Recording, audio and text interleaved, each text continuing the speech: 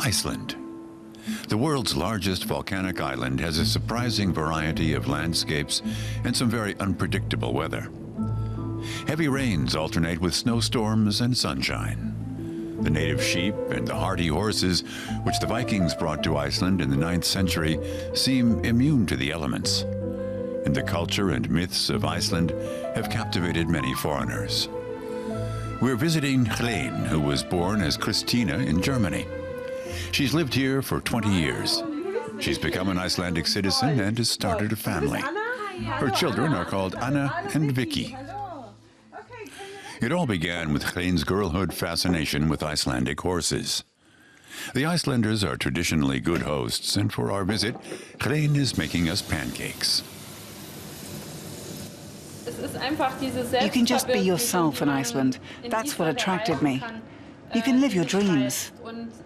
And of course, you're prepared to work harder for that. It's also a lot easier to keep horses here. It's more natural. It's a lot of work, but it's also a lot of fun.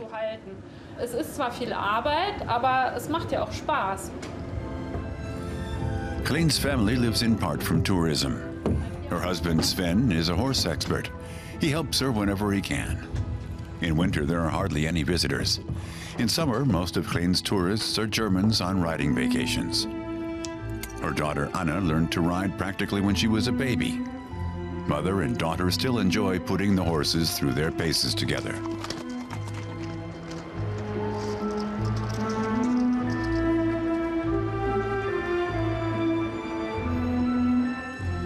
In winter, Helene works mostly at a technical college in Hola, where she trains riding instructors. She teaches a number of young women who, just as she once did, have come here to learn more about horses. Hannifeh from Germany, for instance. She's studying the Icelandic language. She wants to earn a bachelor's degree and says she may stay in Iceland. If you visit Iceland, there is no avoiding horses.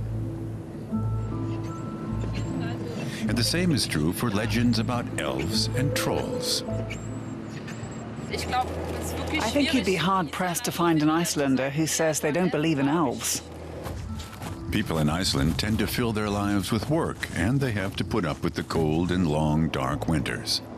That's encouraged the storytelling tradition in Iceland. Carolina from Germany, a trained engineer, likes the relative isolation of the country. Since 2010, she's owned a house with sheep and horses in the highlands. I'm someone who feels a close connection with nature. It's important to me to live in and with nature. If I can do that, I'm happy. Carolina sometimes buys Icelandic wool from Sigurstein, a farmer. She sells it in Germany. Sigurstein is very well known and respected in the region. He says this stall is not just home to animals. He tells us a story about the supernatural. Carolina translates for us.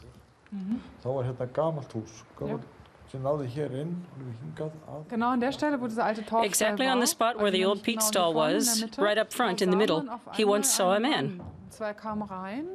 The man came through the door here, went to the area where the old stall was, and disappeared. Sigurstein wasn't the only one who saw this man. Many other people saw him too. And the sheep always veered in that direction. So it seems quite realistic. The man was here, and he still is today. That's what he believes anyway. Whether you believe in it or not, the supernatural never seems far away in Iceland.